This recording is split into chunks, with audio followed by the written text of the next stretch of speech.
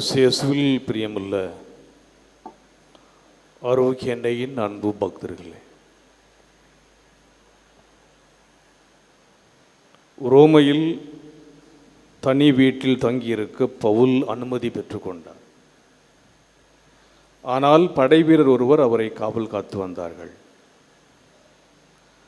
தன்னுடைய இறுதி நாட்கள், அவருடைய இறுதி காலம் எருசலேமிலே தொடங்கிய பவுலடியாருடைய பணி ரோமையிலே the eternal city, the heart of the city, உலகத்தினுடைய மையம், திரு அவையினுடைய மையமாக இருக்கின்ற ரோமுக்கு இப்போது வந்துவிட்டது. தன்னுடைய 3 திருத்தூது பயணங்கள் நிறைவு செய்த பவுலடியார் கடைசி காலத்தில் அவர் போதித்த அந்த போதனைக்காக யூதர்களால் தண்டிக்கப்பட்டு அவருடைய சமோதித ஞானத்தை பயன்படுத்தி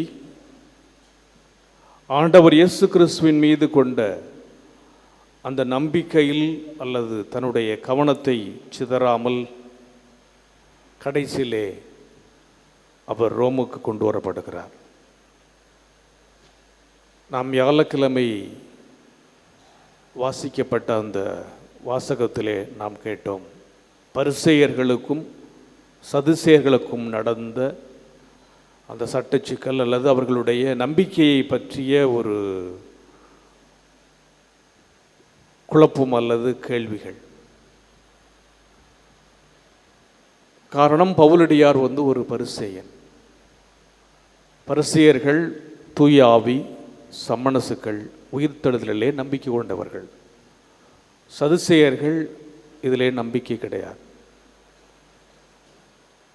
பவுலடியாரை பற்றி அவர்கள் ஆண்டவர் இயேசு கிறிஸ்துவை பற்றியும் உயிர்த்தெழுதலை பற்றி அவர் போதிக்கின்றதுனாலே யூதர்கள், தலைமைச் சங்கத்தார் இவருக்கு தண்டனை கொடுக்க வேண்டும் என்று கேட்கின்றார்கள். அவ்வாறு அங்கே அவர்கள் கூடி விவாதித்த போது அந்த யூதர்களை பார்த்து கேட்ட கேள்விதான், நான் ஒரு பரிசேயன், நம்முடைய சட்டத்தை நான் கடைபிடிக்கிறேன் என்று சொன்னவுடன் பரிசேயர்களுக்கும் சதுசேயர்களுக்கும் அங்கே சண்டை வந்துடுது. உடனே இவரை ஒதுக்கி வச்சிடறான். பிறகு மீண்டும் தன்னுடைய ஞானத்தை பயன்படுத்தி இவர்களிடத்தில் இந்த நீதி கிடைக்காதனால தான் என்னை சிஸ்டர் விசாரிக்க வேண்டும் என்று சொல்லி இவர் ரோமைக்கு கொண்டு வரப்படுகிறார். அப்போ அந்த ரோமையில் அவங்க பேசிச்சு பார்த்தப்போ அவர்களை பொறுத்தவரை இதுவரிடத்தில் எந்த குற்றம், சகோதரரே, நான் நம்முடைய மக்களுக்கு எதிராகவோ மூதாதையரின் மரபுகளுக்கு எதிராகவோ எதுவும் செய்யவில்லை. சகோதரனை தன்னுடைய ரோமையில் இருந்த அந்த முதன்மை குடிமக்களை கூப்பிட்றார். கடைசியில் அவங்ககிட்ட சொல்கிறார், தன்னுடைய இனத்தார்கள், எனினும் எருசலேமில் நான் கைது செய்யப்பட்டு ரோமையிடம் ஒப்புவிக்கப்பட்டேன். அவர்களை விசாரித்த போது என்கிட்ட எந்த தப்பும் இல்லை, மரண தண்டனைக்குரிய குற்றம் எதுவும் செய்யவில்லை. அதனால தான் இங்கே வேறு வழி இல்லாமல் நான் இங்கே வர வேண்டிய சூழ்நிலை ஆகிவிட்டது என்று சொல்லுகிறார். என் இனத்தவருக்கு எதிரான குற்றச்சாட்டு நான் எதுவுமே செய்யலை, நான் எந்த தப்பும் செய்யலை. நான் செய்த ஒரே காரியம் என்னவென்றால், அவர் சொல்வது, இஸ்ராயேல் மக்கள் கொண்டிருக்கும் நம்பிக்கையின் பொருட்டு நான் விலங்கிடப்பட்டுள்ளேன். ஆண்டவர் இயேசு கிறிஸ்துவை பற்றி இந்த மக்களுக்கு நான் போதிக்கிறேன். யூதர்களாகிய உங்களுக்குத்தான் இந்த செய்தி கொடுக்கப்பட்டது, ஆனால் நீங்கள் அதை ஏற்றுக்கொள்ளவில்லை. எனவே அது புற இனத்தாருக்காக, புற இன மக்களுக்காக சொல்லப்பட்டது. அதைத்தான் நான் செய்கிறேன். அதை செய்ததுக்காக நான் விலங்கிடப்பட்டிருக்கிறேன். என்னை இங்கே அவர்கள் கொண்டு வந்திருக்கின்றார்கள் அப்படின்னு சொல்கிறார். காரணம் என்னவென்றால், அந்த பவுலடியாருடைய சமோதித ஞானமும் அவர் கொண்டிருக்கின்ற அந்த ஆண்டவர் இயேசுவின் மீது கொண்டிருக்கின்ற அந்த நம்பிக்கையும் அவருடைய தைரியம். ஏன்னா அதுக்கு அடுத்த வார்த்தை, பவுல் அங்கு 2 ஆண்டுகள் முழுவதும் தாம் வாடகைக்கு எடுத்த வீட்டு தங்கியிருந்தார். அவருடைய சொந்த உழைப்பில் உழைச்சி அவர் சாப்பிட்டு தன்னுடைய கடைசி கால பணியை செய்கிறார். வாடகை வீட்டில் தங்கினது மட்டுமல்லாமல் தான் சிறையிலே அடைக்கப்பட்டதுமல்லாமல் தனக்கு முன்பாக ஒரு காவல் இருக்கிறான் என்பதை பற்றியும் கவலைப்படாமல் தம்மிடம் வந்த அனைவரையும் வரவேற்று இறையாட்சியை குறித்து பறைசாற்றி வந்தார். கடைசி நேரத்தில் இவ்வளவு நெருக்கடி, இவ்வளவு கேள்வி விளங்கிடப்பட்டிருக்கிறார். இருந்தாலும் தான் எதற்காக ஆண்டவர் இயேசு கிறிஸ்துவனுடைய அந்த செய்தி, அது அந்த வார்த்தை எப்படி, ஆண்டவர் இயேசு கிறிஸ்துவை பற்றி முழு துணிவுடன் கூடிய நற்செய்தி அறிவிப்பு, துணிவுடன் கூடிய போதனை, துணிவுடன் கூடிய கற்பித்தல், தடை ஏதுமின்றி கற்பித்து கொண்டிருந்தார். ஃப்ரீயா, சுதந்திரமா, தைரியமா. அதோட பவுலடியார் யூக்கா முடிக்கிறார். இதோடு திருத்தூதர் பணியும் நிறைவாகுது. ஏன்னா நாளைக்கு நம்ம பெந்தகோஸ்தே ஞாயிறு, திங்கட்கிழமையிலேருந்து திருவழிபாட்டினுடைய பொது காலத்தை தொடங்க இருக்கிறோம். அதனால் பாஸ்கா மலிதி அகற்றப்படும், பாஸ்கா காலம் நிறைவுக்கு வரும், திருத்தூதர் பணி நிறைவாகின்றது. எனவே இயேசுனுடைய சீடர்கள் தங்களுடைய பணியை ஆரம்பிக்கப் போகின்றார்கள். நாளை பெந்தகோஸ்தே பெருவிழா, தூய ஆவியை துணையாளரை அவர்கள் பெற்றுக்கொள்ளப் போகின்றார்கள். அதனால் எதுவுமே சொல்லாமல் அப்படியே லூக்கா முடிச்சிட்டார். தங்கு தடை ஏதுமின்றி.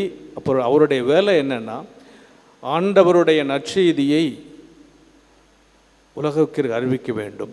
அதில் எவ்வளவு தெளிவாக பவுலடியார் இருந்தார் என்பதை, அவருடைய கவனச்சிதறல் எதை பற்றியும் அவர் கவலைப்படாமல், தடைகள் எவ்வளவு வந்தாலும் அந்த தடையெல்லாம் அவர் தாங்குகின்ற அளவுக்கு. அதனால தான் நற்செய்தி என்ன போகுது, பின்னாடி திரும்பி பார்த்த பேதுரு வர்றதை பார்த்தோன்னே அவருக்கு ஒரு சந்தேகம் வந்துடுது. அதுதான் அவர் ஆண்டவரை பார்த்து கேட்குறார், இவருக்கு என்ன ஆகும் ஆண்டவரே, இவருக்கு என்ன ஆகும்? பேதருக்கு அது பிரச்சனை. அப்போ ஆண்டவர் என்ன சொல்கிறாரு, அதாவது நான் வரும் வரை இவன் இருக்க வேண்டும் என்று நான் விரும்பினால் உனக்கு என்ன, அதை பற்றி நீ ஏன் கவலைப்படுற? உன்னுடைய கவனம் சிதறக்கூடாது. நீ எதற்காக வந்திருக்கிறாய்? உன்னுடைய பணி என்ன? ஆனால் அவங்கள நினச்சிட்டாங்க ஒரு சாக மாட்டான்னு நினச்சிட்டாங்க. அது கிடையாது. நீ உன்னுடைய காரியத்தை பார்.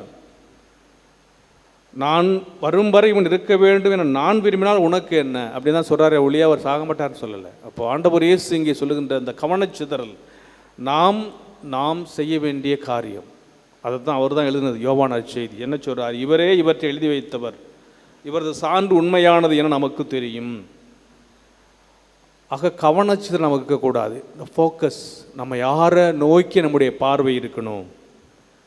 நம்முடைய வாழ்க்கையில் பல நேரங்களிலே நம்முடைய காரியங்கள் அடுத்தவர்களை குறித்து, அவர்களுடைய முன்னேற்றத்தை குறித்து, அவர்களுடைய வளர்ச்சியை குறித்து தான் நம்ம நிறைய நேரம் நம்முடைய எண்ணங்களையும் நம்முடைய எனர்ஜியையும் நாம் யோசிச்சுட்டுக்கிறோம். மற்றவர்கள் மேல் நாம் கொண்டிருக்கின்ற அந்த எண்ணம் அடுத்தவர்களை திருப்திப்படுத்துவது, அதில் தான் அதிகமாக போயிடுது.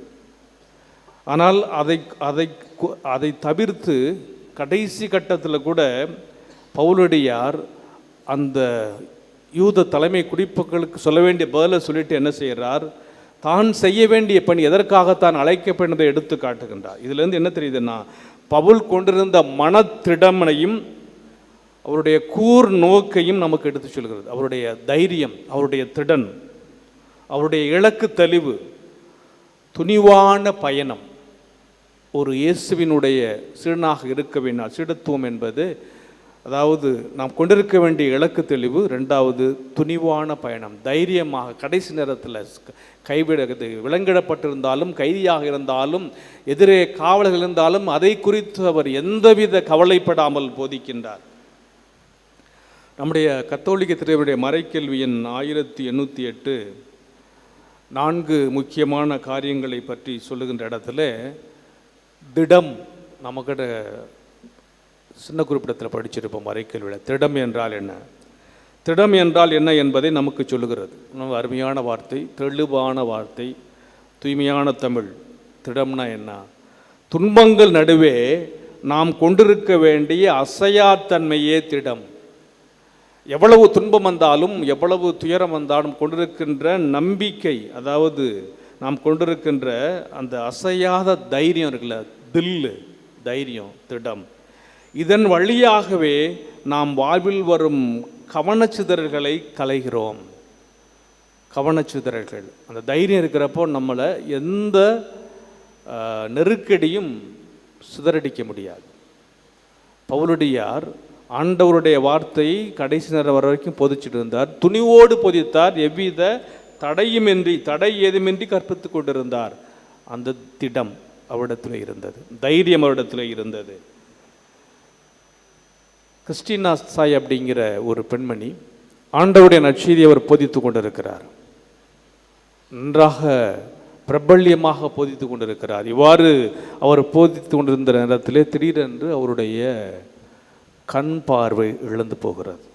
கண்ணு தெரியல. நாம் என்ன நினச்சிருப்போம்? நாம் என்ன நினைப்போம்?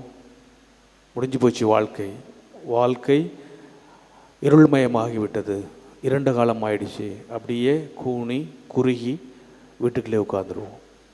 இப்போ எல்லாரும் என்ன சொன்னாங்க? அவ்வளோதான், கிறிஸ்டினா சாய் இனிமேல் அவள் போதிக்க முடியாது, நற்செய்தி போதிக்க முடியாது, அவளுக்கு கண்ணு தெரியல. ஆனால் அவள் சோர்ந்து விடவில்லை. தனக்கு கடவுள் கொடுத்த எழுத்து திறமையை பயன்படுத்தி ஆண்டோட நற்செய்தியை போதிக்க ஆரம்பித்தார். இதுவரைக்கும் அங்கிருந்தவங்கள்ட்ட போதிச்ச அந்த கண் பார்வை இருந்தபொழுது போதித்த இந்த கிறிஸ்டினா இப்பொழுது தன்னுடைய எழுத்து ஆற்றலால், கடவுள் கொடுத்த அந்த பணியினால் இன்னும் அதிகமானவர்கள், இதுக்கு முன் இருந்தவர்களுக்கு விட அதிகமான மக்களுக்கு ஆண்டவருடைய நற்செய்தியை போதிக்கின்ற திறனை பெற்றார்.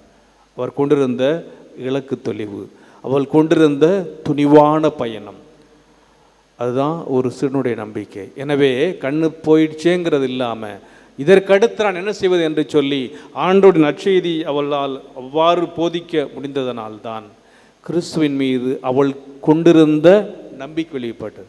அதைத்தான் பவுலடியார் சொல்கிறார், அதைத்தான் பேதுருவை பார்த்து சொல்கிறார். அவன் இருக்கிறத பற்றி நீ ஏன் கவலைப்படுற? நீ என்னை பின்தொடர், நீ என்னுடைய வார்த்தையை கேள், நீ என்னை பின்பற்றி வா, நீ என்னோடு இரு என்று ஆண்டவர் பேதுருவை பார்த்து சொன்ன வார்த்தை.